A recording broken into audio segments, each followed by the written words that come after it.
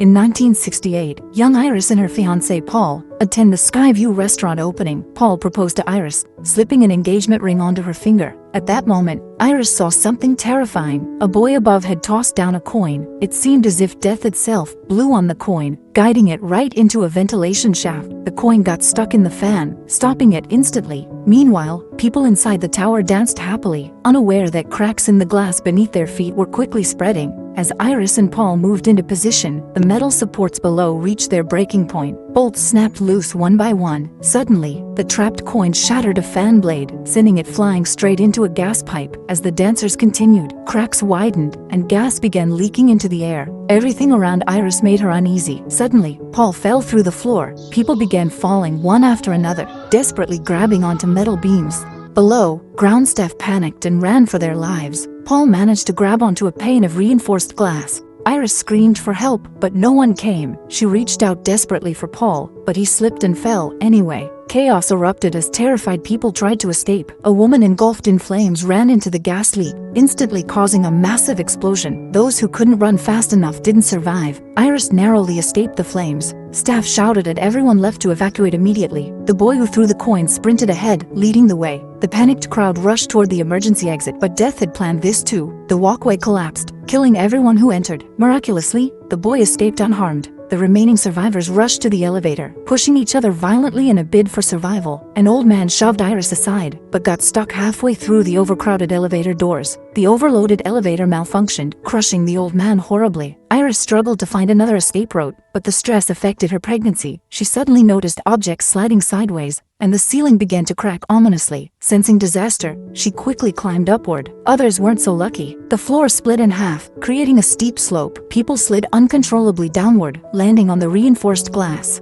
The woman thought she'd survived, but when she looked up, a piano teetered dangerously. Death once again intervened, dropping a coin onto the piano, which crashed down onto the poor woman. At this point, everyone in that group had fallen. The boy escaped, smiling smugly, until the piano landed directly on him. Iris mourned Paul deeply, but then she saw another boy in danger and risked everything to save him. At the same moment, the building above collapsed completely. At the last possible second, Iris grabbed onto a piece of metal, but upon closer inspection, it wasn't her hand that had saved her. It was Paul's engagement ring hooked on a steel rod. The fragile hold couldn't last long, and the next second, Iris plunged down into the fire below. Stephanie woke up from a nightmare during class. But it wasn't just a normal nightmare. For 2 months straight, she kept dreaming the same thing. Stephanie told her roommate about it. In the dream, there was a woman named Iris, her grandma's name, but Stephanie had never met Iris and didn't even know if she was still alive. Her roommate suggested she go home and find out more, hoping the nightmares would stop. When Stephanie went home, she asked her dad Marty about Iris. Marty frowned slightly, but smiled awkwardly, clearly hiding something. At that moment, Stephanie's younger brother Charlie said he was going to visit their cousins. Stephanie decided to tag along. Before they left, Marty urged them not to mention Iris to their relatives. This only made Stephanie more suspicious. What really happened to Iris? If the woman in the dream was Iris and something bad had happened, then where did her mom come from? Once Stephanie and Charlie reached their cousin's house, she directly approached her Uncle Howard. She wanted to ask him about her mother, Darlene. Howard was stunned and quickly changed the topic. But when Stephanie mentioned the place from her dreams, the Skyview restaurant, Howard and his wife Brenda were visibly shocked. Stephanie pressed them for answers. Her cousins joined in, eager to learn more.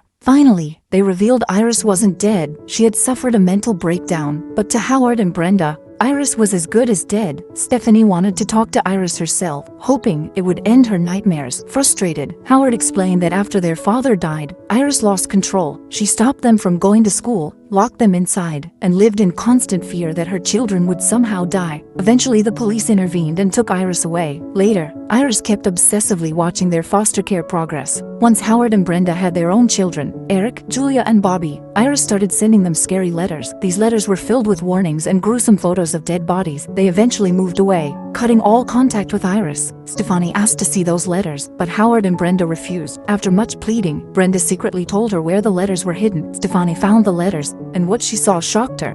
The woman in the photos matched her dream exactly. This meant the dreams were probably true. Determined to find answers, Stephanie drove alone to search for Iris. Following the address, she ended up at a remote mountain hideout. Through an intercom at the door, she spoke with Iris. who urged her to leave immediately. But after Stefani explained she was Iris's granddaughter, Iris insisted she empty her pockets before coming in. When the heavy door swung open, Stefani walked carefully inside. The house was filled with strange obstacles. Even the roof was covered in spikes. Iris said this was all protection against unseen threats. As Stephanie slowly moved forward, Iris nervously ordered her to close the door quickly. Suddenly, a fire extinguisher fell outside. She warned Stephanie not to touch anything. Anything could be a deadly trap. Finally seeing her granddaughter, Iris smiled warmly. She asked about Stefani's mother, Darlene. Stefani explained that she had been separated from her mother since she was 10 years old and didn't know how Darlene was doing now. Stephanie started asking about the nightmare. Iris told her it wasn't just a dream. She had once seen the future. She saw a disaster coming. Back then, she was with Paul on the highest rooftop. A woman's hat flew off, and a boy tried to toss a coin, but security stopped him. Still, the boy insisted on throwing it. Paul was just about to propose to her. Iris immediately warned Paul. The building was going to collapse.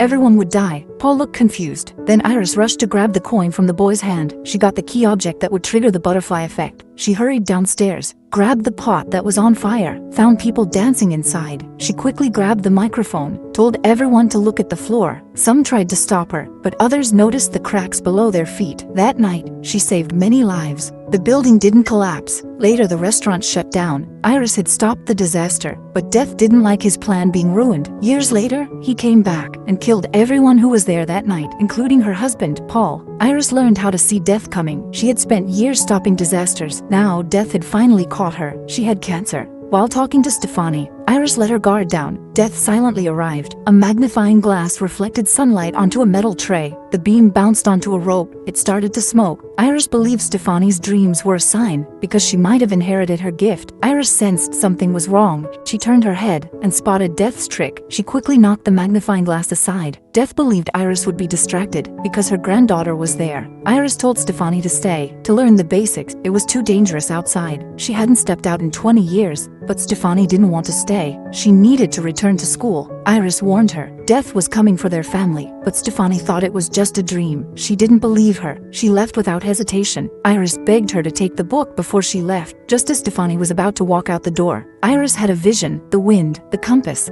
trigger objects. She knew if she stepped outside, she would die. But for Stefani, she took the risk. She stepped out anyway, threw the book into Stefani's arms, told her the book could protect the family. But Stefani still didn't believe her, so Iris told her to step back. She would prove it was all real. A sudden gust of wind blew in. It knocked over the compass. It hit a fire extinguisher. The extinguisher flew and stabbed Iris through the mouth. Now Stefani finally believed. Iris was gone. Her relatives attended the funeral. Stefani told her father and uncle that Iris had said death was coming, but they didn't believe her. Just then, Stefani's mother Darlene showed up. Still angry at her mom, Stefani walked away. Back home, she started reading the book Iris gave her. Meanwhile, the rest of the family was at Howard's place, having a barbecue, eating and laughing, completely unaware. Death had arrived. Bobby accidentally broke a glass, but he didn't notice the shard had mixed with the ice cubes. Eric placed his drink next to a gas tank. Clearly, they were about to become Death's new tools. Once everyone gathered to eat and drink, they unknowingly used the ice with glass shard. Howard raised a toast. He said Iris's death reminded them to enjoy life in the moment. Then everyone clinked glasses and took a sip. Suddenly, Julia started choking. She felt something stuck in her throat and couldn't breathe. Everyone rushed to her, but it turned out she had just swallowed wrong. She was fine.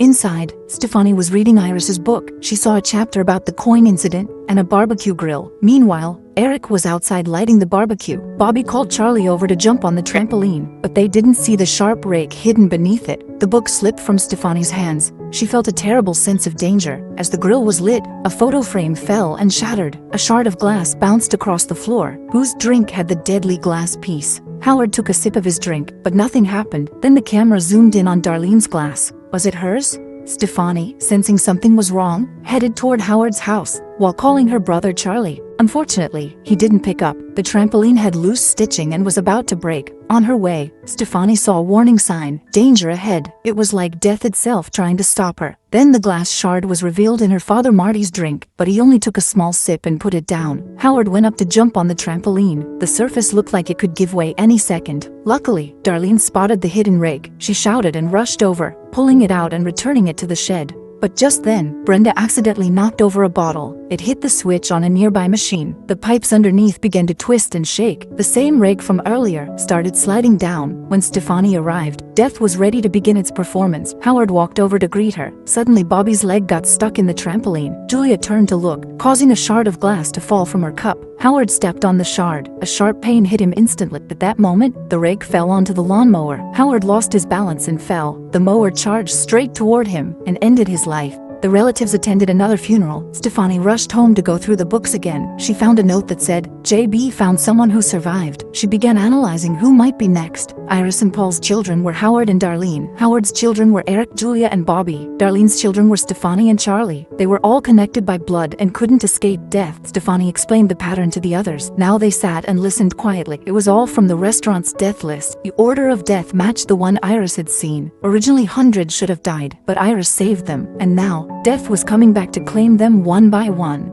Death followed a specific order when it came to killing. It started with Howard's family, and then it would move on to Stefani's. Marty and Brenda weren't related by blood, so they were likely off Death's list. That meant the one in the most danger now was Howard's oldest son, Eric. But no one believed Stefani. They all thought she was obsessed or cursed, and one by one, they walked away. Eric arrived at his workplace. A spinning fan brushed against a hanging chain. The chain perfectly hooked onto Eric's nose ring. Next to him, disinfectant spilled onto the floor. The fan kept turning, slowly pulling the chain tighter and tighter. Eric couldn't remove the nose ring. He had to stand on his tiptoes, balancing higher and higher. He accidentally bumped into a nearby lamp. The lamp fell and instantly ignited the flammable disinfectant. Things got worse quickly. Glass shattered on the table. Eric was in pain and panic, desperately trying to free himself. At the last second, he managed to yank off the chain. But as he fell, he knocked over more disinfectant. Moments later, the shop exploded. Meanwhile, Stefani had been worried. Eric hadn't answered any of her calls all night. She grabbed Charlie and rushed out to look for him. On the way, they nearly got into an accident. Luckily, Eric had survived. He escaped by tearing off his burning leather clothing. But what happened next made Stefani even more convinced Death was hunting them. Eric, however, still didn't believe a word of it, so Stefani decided to stay by his side to protect him. She began following Iris's notes, trying to prevent any possible chain reaction. For example, a tree trimmer suddenly fell off a branch nearby, almost hitting a boy's soccer ball, which could have struck Eric's head. Just then, they ran into Julia, who was out jogging. A garbage truck rolled by. Stefani immediately warned Eric to stay away, but Eric, being reckless, started goofing around near the truck, making silly faces. Julia ignored them, put on her headphones, and kept running. No one expected what happened next. Julia was accidentally thrown into the garbage truck. They ran after it in shock, but the driver had headphones on and couldn't hear a thing. Stephanie jumped onto the truck, reached for Julia, and managed to grab her hand, but it was still too late. Julia was crushed by the compactor. That was when the rest of the family finally realized Death really was coming for them. Then Brenda revealed a shocking truth. Eric wasn't Howard's biological son. He was the result of her affair. That might be the reason Eric survived, which meant the next one in danger was Howard's younger son, Bobby. Stefani remembered a name from the notes, William, and Darlene just happened to know him. They rushed to the hospital to find him. Turns out, William was the same boy Iris saved that night long ago. William explained there were only two ways to beat death: either kill someone to take their place, or die and come back. He told them he too was now sick like Iris. His time was almost up. He warned that all of them would eventually die in the exact order listed. It sounded terrifying, but the truth was even worse. William warned them, do not interfere too much with Death's design, because if they failed, things could become even more tragic. He advised them to cherish what time they had left. Then he quietly walked away. Eric figured if there was a way to save Bobby, then dying and coming back to life would be the easiest. He suggested Bobby eat some peanut snacks, hoping to trigger a severe allergic reaction so doctors could bring him back from the edge of death. They bought a bag of peanuts from the vending machine, but the peanuts got stuck inside. Frustrated, Eric smashed the glass to get them out. They even lifted the whole machine together. After some struggle, they finally got the peanuts. Then they stepped into the room next door, but accidentally activated the MRI scanner. A powerful magnetic force started pulling everything metal. Eric's body piercings were ripped toward the machine. Even a wheelchair behind him flew forward. Eric was crushed into the MRI machine by force. Bobby, who had just eaten the peanuts, couldn't help at all. He tried reaching for the EpiPen in Eric's hand. At that moment, a doctor noticed the commotion and opened the door. Then came the horrifying moment. A loose spring from the vending machine flew across the room and stabbed straight through Bobby's head. Stefani, Darlene and Charlie held each other tightly. They realized they couldn't fight death anymore, so they decided to follow Iris's path and risk everything. The three of them drove deep into the mountains to Iris's old cabin. They didn't notice a coin had fallen from the notebook. An old woman picked it up from the ground. The cabin in the mountains felt creepy, as if death had already been waiting for them. Stephanie slammed the gas pedal and drove straight into the cabin. Midway, the car crashed, and her seatbelt buckle trapped her in place. Now, Death's target was Darlene. As long as she made it safely inside the cabin, everyone else might be safe, but no one saw the sparks coming from a short-circuited roof wire. Just as Darlene reached the cabin door, a huge explosion blasted the car. Stefani's body plunged into a nearby pond. Charlie was pinned down by wooden boards. Injured and struggling, Darlene crawled over and freed Charlie. She told him to save Stefani quickly. Right after she said that, a light pole fell from above and killed her on the spot. Charlie rushed to pull Stefani out. She was unconscious. Luckily, he revived her just in time. The two hugged each other and laughed. This had to be what William meant by die and come back. But when she heard Darlene had died, Stefani couldn't hold back her tears. Only she and Charlie were left from Iris's bloodline. A week later, Charlie and Stefani visited his girlfriend's house. While fixing Charlie's clothes, Stefani pricked her finger on a rose thorn. Suddenly, she remembered the nightmare. In that dream, Iris had also pricked her finger. Then, an old woman dropped a coin. It rolled down the steps and got stuck between the train tracks. A train was speeding toward it. Charlie's girlfriend's father was a doctor. When he heard how Charlie saved Stefani, he explained that Stefani hadn't technically died. If you're unconscious, and someone gets your breathing back, but your heart never stopped, then you weren't really dead, he said casually. But to Stefani and Charlie, that didn't sound good. Stephanie saw a red car, just like in her dream. Charlie's girlfriend was even wearing the same clothes as Iris had. Her bad feeling grew stronger. Then the train derailed. A crash happened. The train was charging straight at them. Stefani tripped and fell. Charlie grabbed her and pulled her up. It looked like they had escaped, but they hadn't.